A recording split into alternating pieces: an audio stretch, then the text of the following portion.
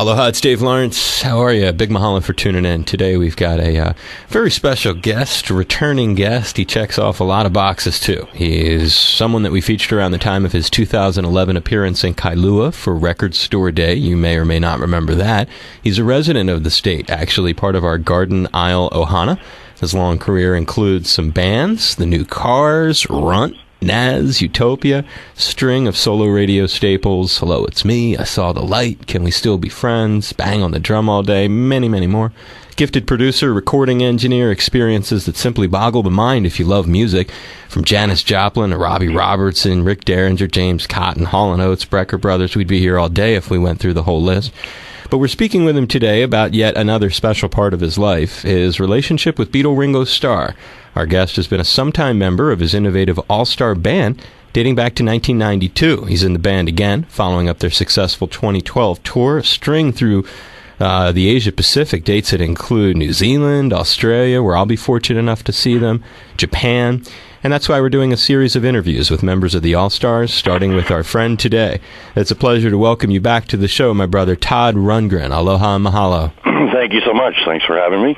You're welcome, and nice to have a cat who's got a strong connection to the islands and then a strong connection to the Beatles, obviously. How important were the Beatles to your musical education, Todd? Talk about things and how you got something out of their music before ever coming into personal contact with them. Well, I'm part of a generation that owes a debt to the Beatles in as much as they redefined a whole sort of formula for success.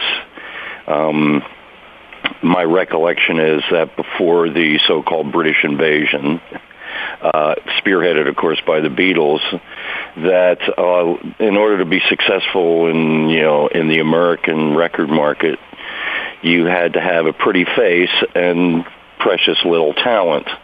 And essentially, they would build something around you. They'd find songs for you. They would orchestrate the records for you and put together backup musicians or whatever. But it was pretty much that formula more or less established by Elvis, I guess. The front man and then the band behind him. Right. And the whole thing about the Beatles was it was like four guys, completely self-contained, played all their own instruments. Each one of them had some sort of integral role in the band. And suddenly, I know in my neighborhood, just little four-piece bands started springing up everywhere. And so, like a lot of us, particularly, the guys who get to play with them, realize that we're kind of closing a karmic circle when you have the opportunity to play with the Beatles, because you realize you likely wouldn't be in the music business otherwise. And watching an all-star band show, you can see a lot of what you just said in the faces of cats on stage, I must say. On the production end, because you also have this unusual side, not only are you a multi-instrumentalist and a musician, but you got a lot of production, credibility, experience, background. But then again, the Beatles, of course, were these pioneering cats when it came to the studio. I would assume they have also inspired your passion for production and engineering. Well, before the Beatles records, I don't think people paid much attention to the producer credit at all. And indeed, the role of the producer was different. In the American music business, a producer was the guy who simply ran the session and made sure that it didn't go long, because that would cost the record company money. So I remember when I was in the Naz, our first producer, he just sat in the control room and read the trade magazines all day. Tried to look busy. Tried to look busy, and every once in a while said, maybe this was out of tune or something like that. But in terms of actual real musical contribution, that was kind of rare.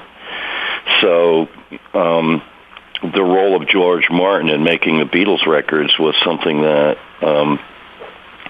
at the time was kind of unique. A producer who actually kind of participated on a musical and creative level with the band, as opposed to simply just watching the clock.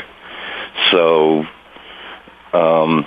Yeah, after George Martin, everyone started to realize how integral a role a producer could play in the making of a record, and I think that I became more aware of, what the producer's contributions were on other records after that. The sound of the records, the, style of music they preferred to work with, and that sort of thing. Sure, trying to see the imprint, if you will, that extra creative force the producer has on a project.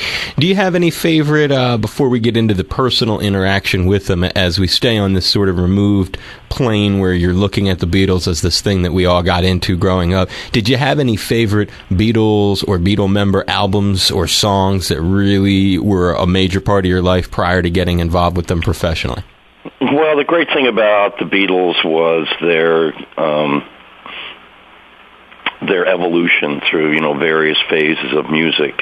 So many musical acts, they're looking for a recognizable style that they can essentially milk for the rest of a career.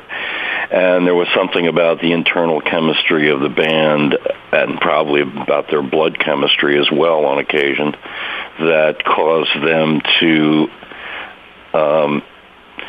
grow bored, I guess, with what they were doing, or intensely interested in other sorts of musical forms, which they would sort of adopt and discard at will, and leave the remains for whole other bands to take up and build careers around. Like a song like Eleanor Rigby, that Beatles suddenly introduced this thing called classical rock or whatever.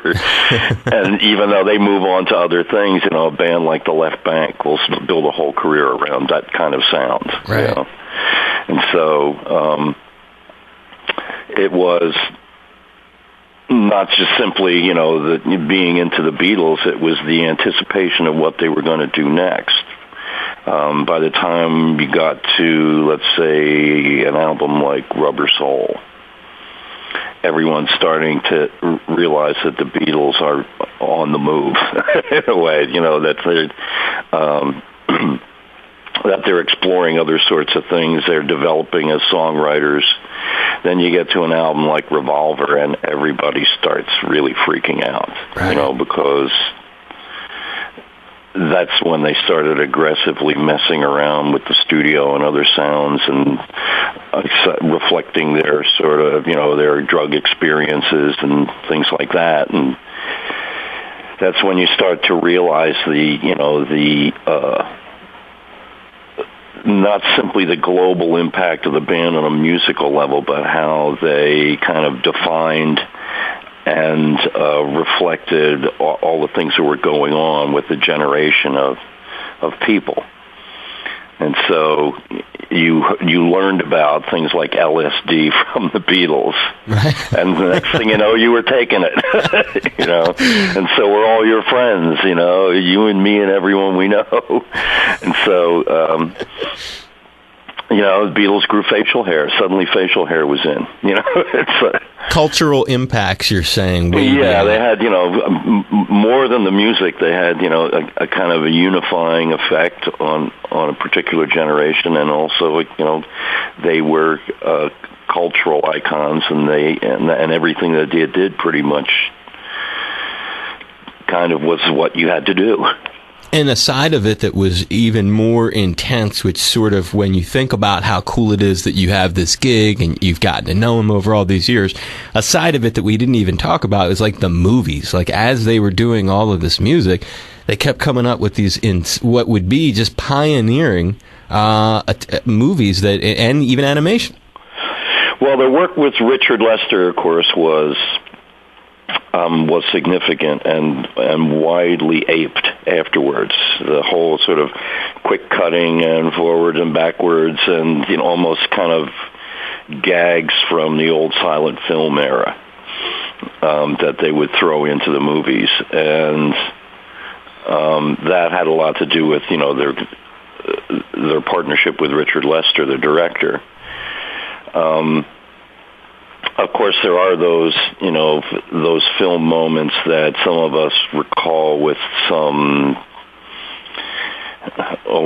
maybe not so much joy as sadness, the whole Let It Be era. Right. Please turn the camera off. I don't want to see this anymore. Painful stuff. Yeah, it's painful to watch as much as the other stuff was kind of, transportive and something like, and childlike in a way. But that's what you were saying. It was a journey you went on, too. You saw a lot of different places on the road. Yeah, and it's funny, one can only speculate after the fact, what the reality was, because they created in a sense, a false reality. The whole, Hard Day's Night.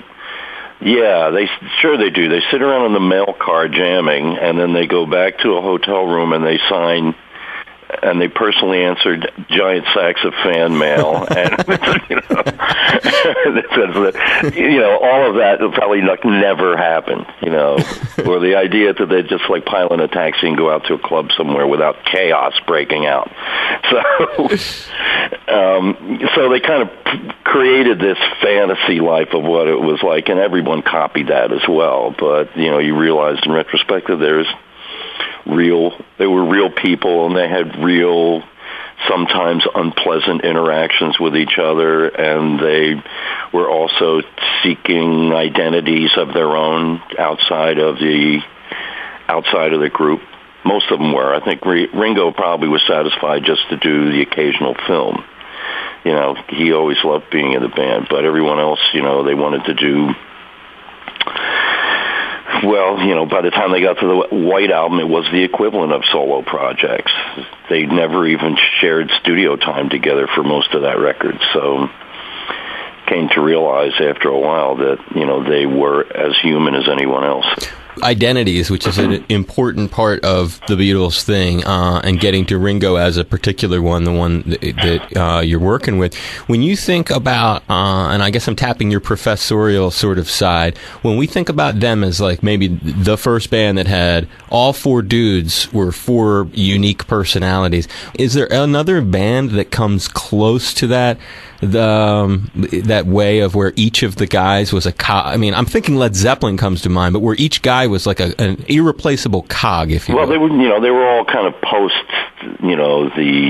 post Beatles in a way. But I think a lot of the bands of that era, thought that, identity and even personal identity within the context of a band, was an important thing. I remember that I thought as a band to watch perform that the Who kicked the Beatles' ass. I mean, the Beatles just stood there, but the Who, with all the windmilling and the twirling of the microphones, and Giant Whistle glowering and Keith Moon going berserk, it was like you didn't know what to look at.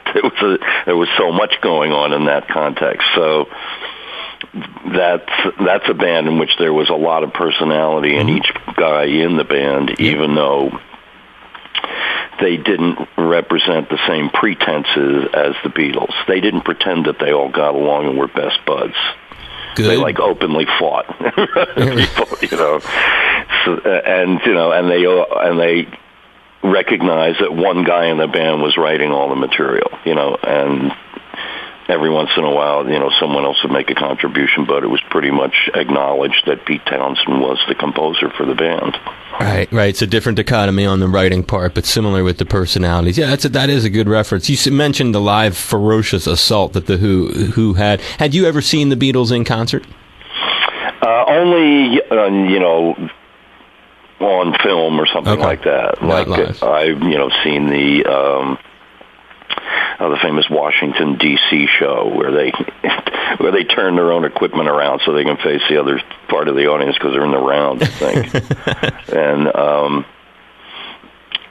and a few other instances, Shea Stadium, of course. There's some various actual real live performances, not fake live like Hard Day's Night. Right. So I have seen that, but I had never had the opportunity to see the band actually performing live. By the time I was 17, the band was already breaking up. And you were already working it too. Yeah, well, by the time I graduated high school, I think I was getting in my own band, and I would have really loved to see the Beatles, but in terms of the kind of band that I wanted to make. You know, the Beatles were only a factor. That they didn't really perform the way I thought a band should perform live. Right. Well, that's what led to the innovative career that we're still so fortunate to be enjoying from you. When the first time that you crossed paths with any of the Beatle members occurred, how did it happen? When and where was it? And share any of those memories. Let me see now. The first Beatle that I probably met was George. And that was in the context of producing Badfinger's Straight Up record, which George had begun production of but could not continue because he'd gotten wrapped up in his Bangladesh project. And so I had very few words with him. It was just mostly related to the project. He was turning over some masters to me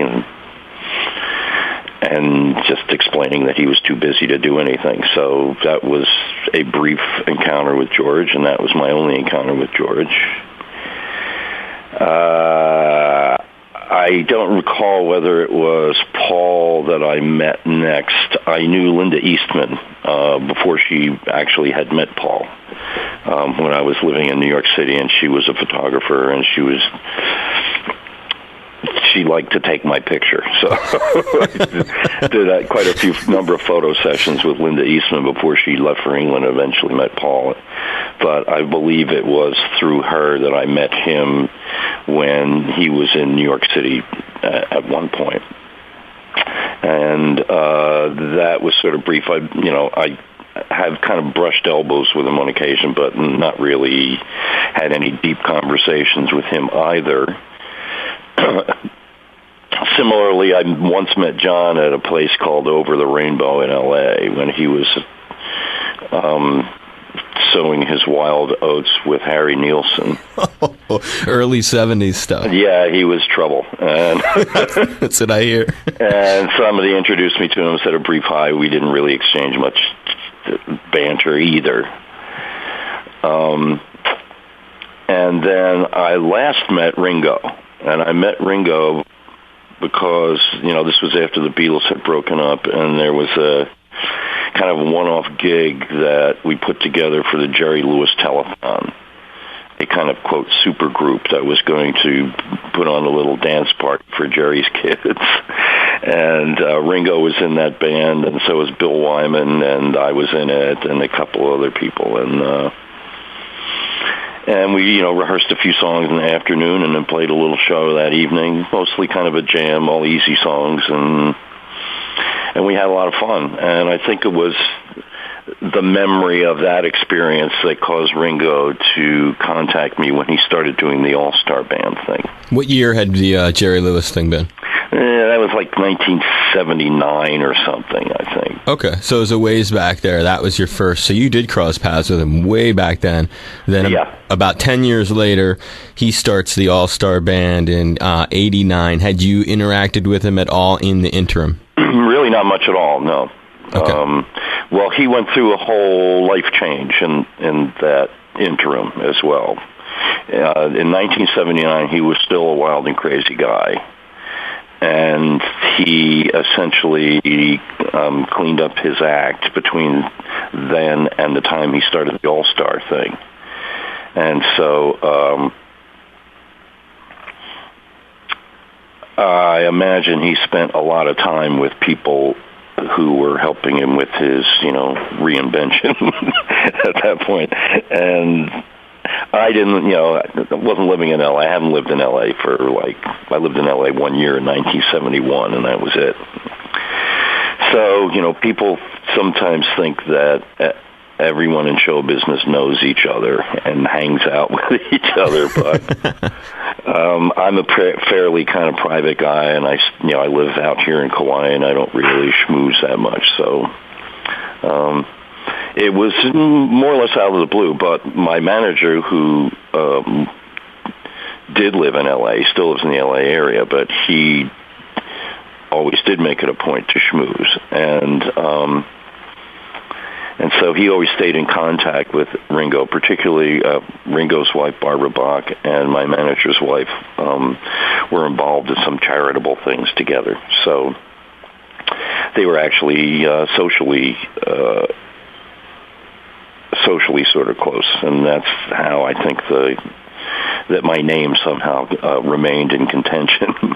When you were first told, how did it happen? I mean, I can just imagine, because you're such a down-to-earth cat. When you think about the way that you are, I mean, just picture the phone call when your manager says, "Hey, guess what gig I got lined up for you?" Kind of run through that for us. Well, I got a call for the first one, maybe, and I think that was a fairly large cattle call. Ringo created a huge band for that. I got Lee Von Helm and Rick Danko were in it, and and Dr. John, and just like everybody was in that band. And I think I was involved in something else at the time, and just figured it wasn't the right thing for me to do. So I bowed out of the first one, although I imagine, as I say, I think Ringo did a pretty big cattle call, and then he had to pare the band down to something reasonable. So then I got a call again for the third band, and I did have a window then, so I figured, and also there were some people in the band that I thought I'd like to play with. I'd never actually gotten a chance to play with Joe Walsh, and so got to tour with Joe. Nils Lofgren in that band too, right? Nils Lofgren was in the band. Dave Edmonds was in the band. I was like one of 5 guitar players in the band, and I got to rehearsal like a couple of days late because I was ending a tour, and so all the guitar parts were taken. I just wound up strumming acoustic through the entire show. That's good stuff, but I'm sure you didn't care because you're like, I'm jamming with a Beatle. That, as I say, it's a karmic thing. If a Beatle calls, you must answer. So yeah, I realized, first of all, I'm getting to play all of these Beatles songs, not all of the ones that I would like to play, but at least some of the ones that I would like to play, as well as, playing, other people's music, which is more or less enjoyable depending on what the song is. I never did get off on playing American Woman. But that's because it's only got 3 chords in it, the entire thing, and they just go over and over and over again.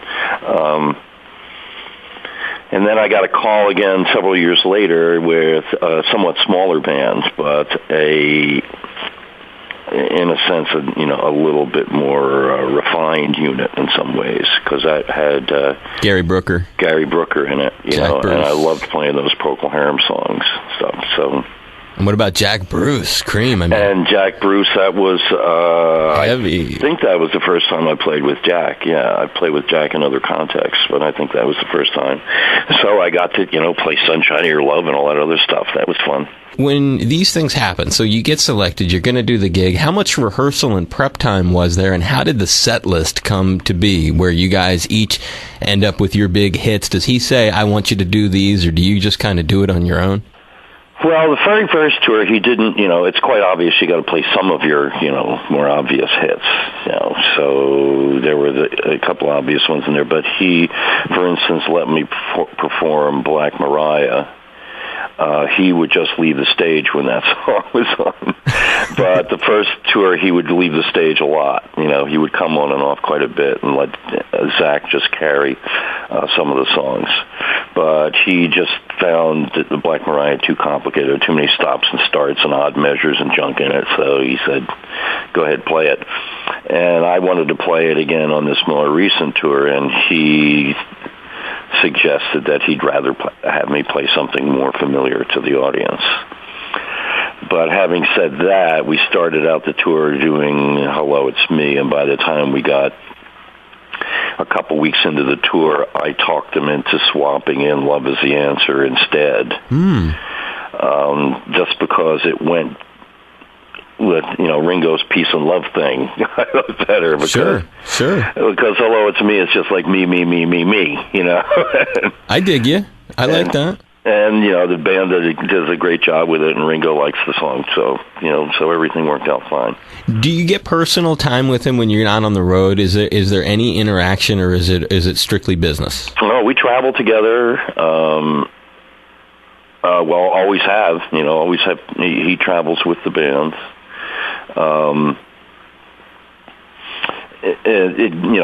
Given that the transportation allows that. I mean, we're going from the hotel to the airport. He's in one car. We're usually in another car, and maybe a couple of the guys in the band will ride with him. But once we get there, we're all on the same plane. We all, we socialize and talk and joke to the gigs. It's really one big happy family. And it's actually, this is kind of like a little bit different experience than the other times, because the other bands, there was always some kind of weird interpersonal dynamic going on between somebody and somebody, and usually I was involved somehow.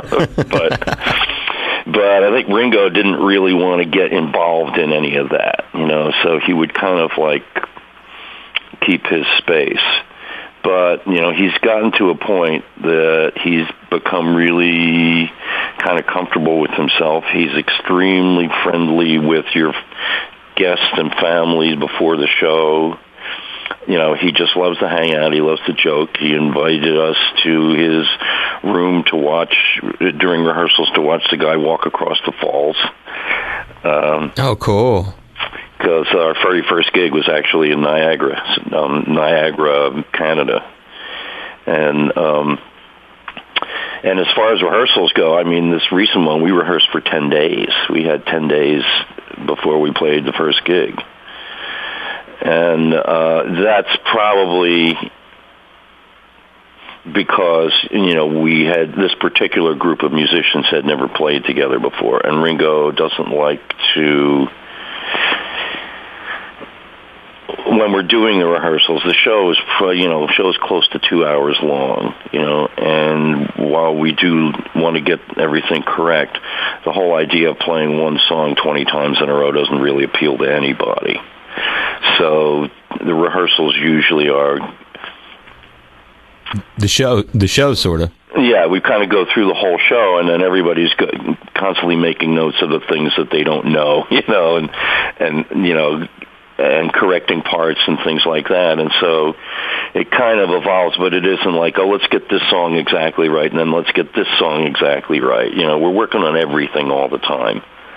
And the rehearsals are not particularly strenuous. Ringo, of course, is 72. And while, it's fine with him, I suppose, if we rehearse without him, he really does like to be involved. So he sets a schedule, and we assiduously stick to it. It's such a great bunch of interplay to watch. I've never been fortunate to see you with the band, but I did get to see them in 2000.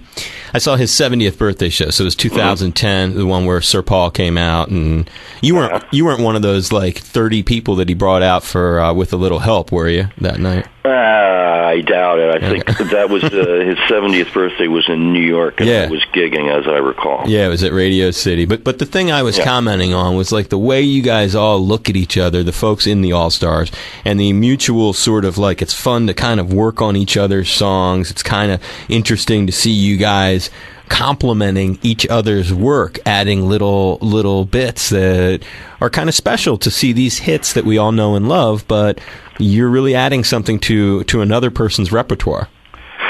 Well, often what you're adding is your personal limitations. But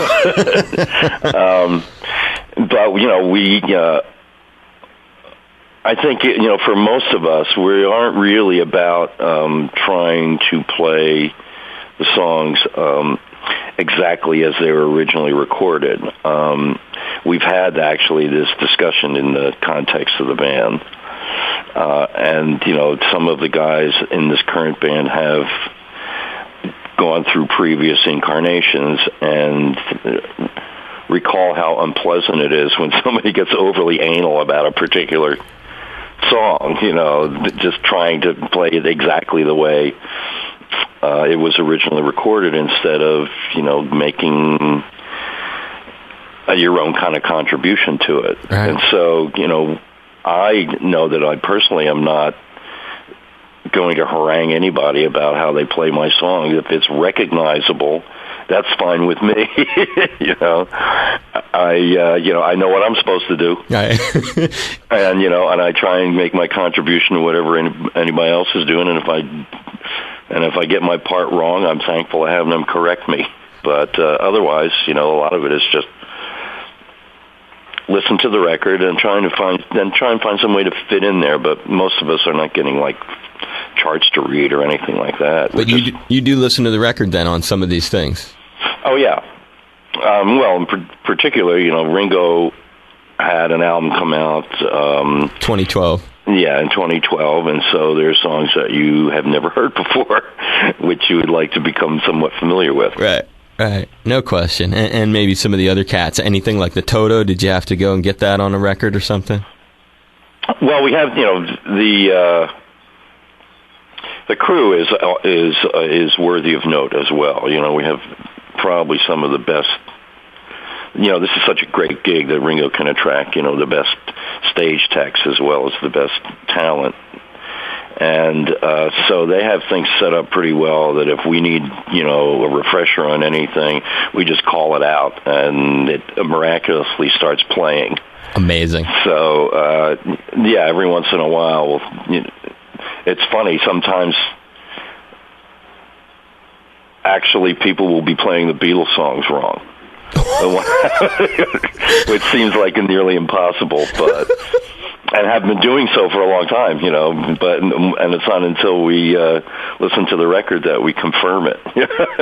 That is good stuff. Two final things, I'll let you go. One, family you mentioned, and it was great to hear how he interacts with your guests and family and stuff. I'm not sure which is cooler, that Ringo's son is such a monster drummer on his own, or that he can play the Keith Moon stuff as well as he does. I have to say I haven't had yet the pleasure of seeing Zach play with The Who. I actually performed on what was John Entwistle's final tour, the very last tour that he ever played. So I got to be friends with him, even more than any of the other guys in the band. Pete Townsend and I were sort of like pen pals in the 70s for a little while.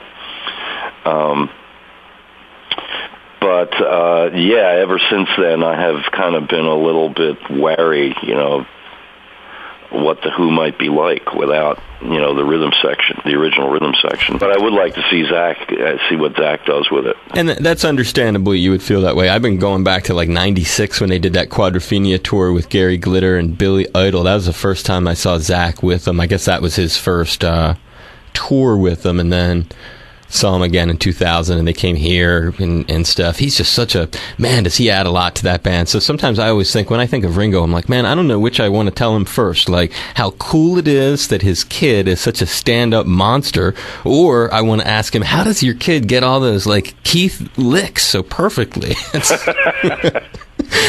a lot of flailing, I'll tell you. I'm telling you, dude, you look it up, dial it up on the YouTube, you'll be pleasantly surprised. Yeah. Well, I have to say that my biggest disappointment is that we don't really ever get to play with Ringo alone. Ringo has always had a second drummer on all of these tours, and I don't know that he's ever played a song where he's the only drummer. And he has a certain sort of feel that no one else in the world has or has been able to capture. And so, we've all had this discussion, how, it's his choice, it's his band, it's how he wants to do it, but boy, it would be great someday if we could just play with Ringo. Sure. The drummers that he gets are always remarkable, and Greg Bissonette is just a monster as well. He's got this incredible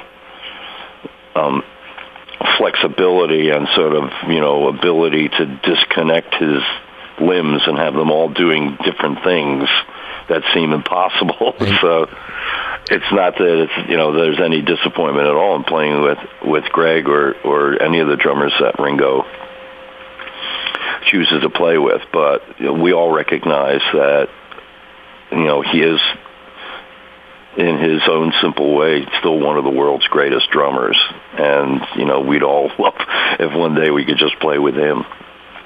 Yeah, it's a logical and understandable aspiration for anybody who's in the All-Starr band, and certainly it's, as you were noting, that's one of the main reasons that, we wish that we were having the tour come here to the islands, but the fact that it's hitting the Asia-Pacific, I don't have to tell you, is significant for many people in Hawaii. That's why I'm headed to Sydney myself. Cool. Well, I know that there was some talk of trying to do a gig on the way back from Japan and Honolulu, but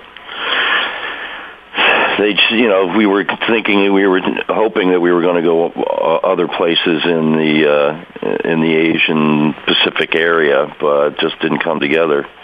And wondering if there's, just this sort of a generational shift. Some countries, especially English-speaking ones, they still have great fond memories of the Beatles, but in other countries, they've, gotten more and more sort of their own internal musical scenes. Like Korea, for instance, now has its own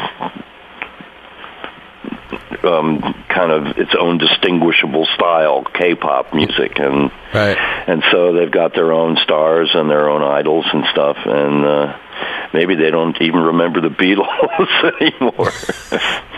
Well, I doubt that, but I hear what you mean, because I know bands like Paramore, Incubus, they go over there, they just clean up when they hit Singapore or Kuala Lumpur or whatever. It's like, yeah, if you're from a newer band, a younger band, you can do pretty well. Right, yeah, they just go over there and rage. They're always telling me about it, because they stop here on the way back. That's why I would hope maybe one of these times you guys could. Well, I know that we were trying. I guess, since it isn't on the itinerary, they weren't able to find a venue or something. Well, I certainly understand how that tour thing works, and hopefully one of these days Ringo will hit the islands. But since it's not coming here, as you know, I'm headed there to Sydney and do some interviews with you guys. So I look forward to catching up with you, recording a little something to bring back for our HPR community here. Sure, can do. I would appreciate it. And a lot of people here at the station love you. Gwen Pelagi in our membership department, apparently she's tight with your wife or something. And Don Muscle, our engineer, lives over there. And, you have a lot of love. My wife was in radio over here. She was on the public radio station here in Princeville when we first moved here. And I don't know. She's moving back to open a tiki bar here in Kauai, and maybe if she gets bored, she'll get back on the radio again. Well, that's how our friend knows her. Actually, our friend came from that station. Yeah, that's right. It was from over there.